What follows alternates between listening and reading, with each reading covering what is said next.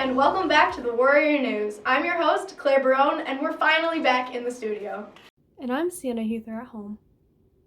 Today is Monday, March 8th, and it's International Women's Day. Coming up on the Warrior News, we have Juliet with the weather, Cooking with Claire, Worst Case Scenarios with Brooke, Heather's Helpful Hints, and Hannah on the Street. International Women's Day is a global day celebrating the historical, cultural, and political achievements of women. This day is also a day of action in taking support against gender inequality across the world. We all know the world couldn't run without women. Just listen to Beyonce. This is the day to appreciate their efforts. Organizations, large and small, come together to show women just how valuable they are in today's society. The Positivity Project last month collected items for the Rome's Women's Shelter. Talk about women supporting women, am I right? Totally, Claire. Now let's head over to the kitchen and see what you're doing today. Hello and welcome back to Cooking with Claire. Today I'm going to show you how to frost a cupcake. Let's get into it. Alright, it's really simple. You just start with your cupcake, start from the middle, and work your way around until you get all the way back to the top. And that's it. Next, you're just going to put some marshmallows in the sides, just like that, so they kind of look like in a triangle. Alright, and next, you're going to light your lighter and just toast the marshmallows a little bit. Just get them nice and crispy. Once they look kind of toasty, that's how you know they're done. After that, you just want to do a little chocolate drizzle on top. And then to top it off, you're just going to put a little bit of graham cracker on top. Just kind of shove it in there, a little sprinkle here, a little there. And there you have it, a s'mores marshmallow cupcake. And I almost forgot, just wanted to give a big shout out to Brooke, whose birthday is tomorrow. Happy birthday, Brooke. Happy belated birthday to you too, Claire. Anyways, I'm back with another worst case scenario. Let's randomly choose our scenario for this week.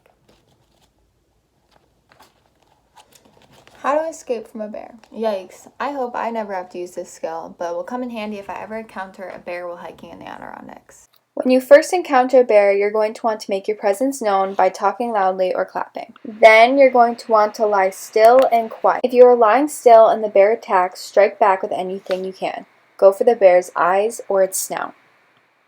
Thanks for watching this edition of Worst Case Scenarios. Now back to the studio. I didn't see any bears last time I went skiing, but I did see some wild vegetables.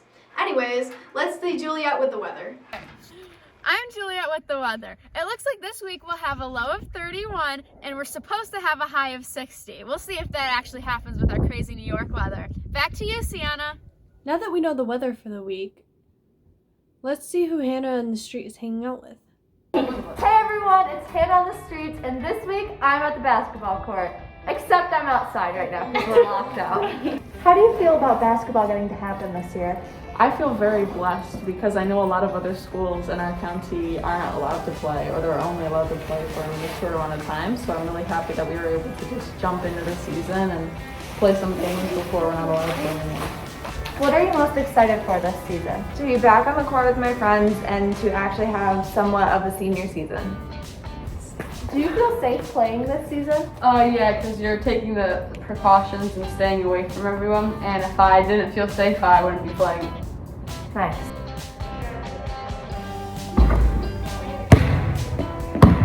Hi, I'm Hannah Slauson with the Warrior News. Back to the studio. Looks like everyone's having fun on the court, Hannah. I'm so happy that we got to do the winter sports season. I agree, Sienna. Heather's Helpful Hints is up next. Over to Sienna. Welcome back to Heather's Helpful Hints. Today I'll be teaching you how to address an envelope. First, write your first and last name in the top left corner of the envelope. It is important to include your address so that if the letter cannot be delivered, it can be returned to you.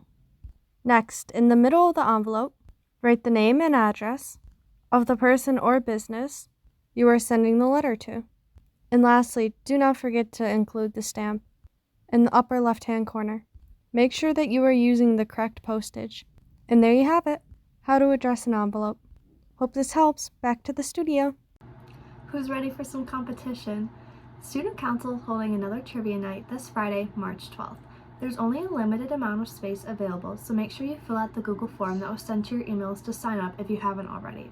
There's a minimum of 2 people per team and a maximum of 6. And if you bring in a gently used pair of shoes, you'll be entered for a chance to win a free Dunkin' gift card. See you there. Is it really scheduling time already for next year? There's a whole new online scheduling process to pick your classes for next year. It's a quick 4-step process that is easy to complete with all the information that you need. Every student, whether remote or in person, has received a paper copy, graphic organizer, scheduling sheet, and sample schedule worksheets to fill out while you work your way through the online process. If you did not receive one, please let Ms. Jadhad know in the counseling office. Here's how to schedule your classes. First, you need to go to the Google Classroom for your graduating class year. For example, if you're class of 22, you go to the class of 22 classroom, sophomore class of 23, and freshman class of 24. Step 1 is to watch the schedule process slideshow so you know what courses you need. Course descriptions are linked in it for more information. While you're going through the slides, you might want to mark your paper graphic organizer so you have the course numbers to enter into your SchoolTool account later. Step 2 is to watch the video that teaches you how to enter the courses on your SchoolTool account or review the SchoolTool login and registration directions. Then you enter your courses into SchoolTool.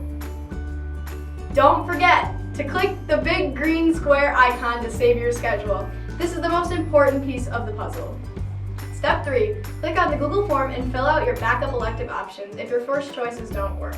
This is your chance to let your counselors know what your interests are, since 30% of your schedule will have conflicts with their electives. This is going to be your plan B. Remember, your course request must be entered in SchoolTool account by Monday, March 8th at 5 p.m. The P2 character strength this week is social intelligence. This means that you are aware of other people's thoughts and feelings and understanding why they do things. Albert Einstein once said, "Peace cannot be kept by force. It can only be achieved by understanding." We hope everyone had a great first week back at school and made it the best that it can be. Thanks for watching, and stay tuned for our future broadcasts of Weekly Warrior News.